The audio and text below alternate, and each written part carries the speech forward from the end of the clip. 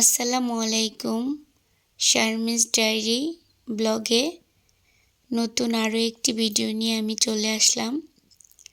আর আজকে আমি রান্না করব। রান্নার নতুন একটি রেসিপি নিয়ে আপনাদের সাথে শেয়ার করব। তো আমি এখানে পালং শাক রান্না করব।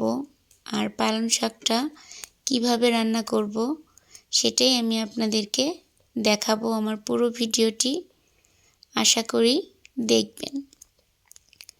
তো আমি প্রথমে কড়াই চুলায় দিয়ে শাকগুলোকে দিয়ে দিলাম এবং পরিমাণ মতো পানি দিয়ে দিলাম বেশ কিছুটা। তারপর এই কুচি করা পেঁয়াজ, রসুন আর কাঁচামরিচ, পরিমাণ মতো লবণ দিয়ে আমি এখন এগুলোকে সিদ্ধে করতে দিয়ে দিলাম এবং সাথে 2 পিস মাছও দিয়ে দিলাম। আর মাছগুলো সুন্দর করে সিদ্ধ করে নিয়ে মাছগুলোকে উঠিয়ে নিয়েছি। মাছগুলো ঠান্ডা হলে আমি কাঁটাগুলোকে সুন্দর করে বেছে নিব।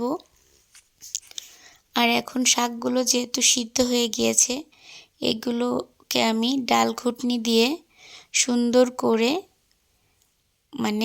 ঘুটে নিব। কে কি বলেন আমি জানি না, তবে আমি ঘুটা বলি, সেটাই ঘুটার কথাই বলছি।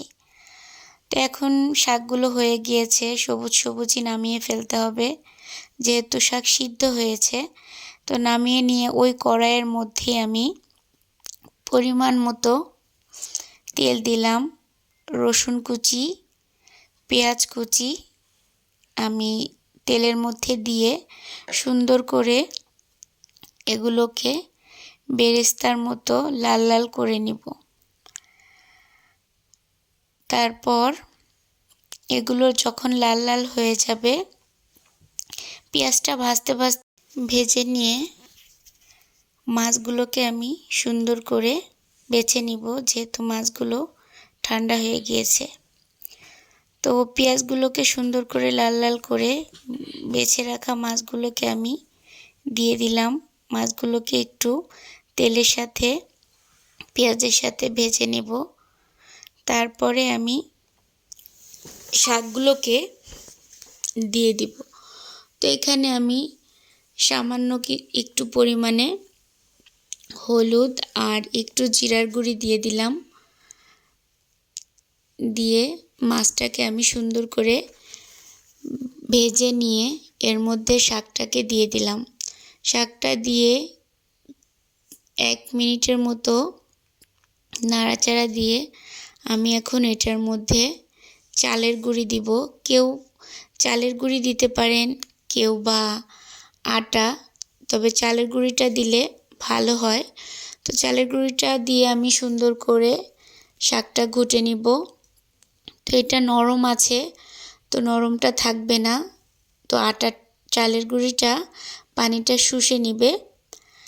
আর এইভাবে পালং শাক ঘুটা অনেক মজা লাগে। সাথে যদি চিতই পিঠা থাকে তাহলে তো আরও অনেক হতো। চিতই পিঠার সাথে শাক ঘোটাটা দিয়ে খেতে অনেক মজা লাগে। তো আমার ভিডিওটা যদি আপনাদের কাছে একটুও ভালো লেগে থাকে তাহলে অবশ্যই লাইক, কমেন্ট এবং সাবস্ক্রাইব করে আমার পাশে থাকবেন এবং ভালো লাগলে ভিডিওটি শেয়ার করে দিবেন। আল্লাহ হাফেজ।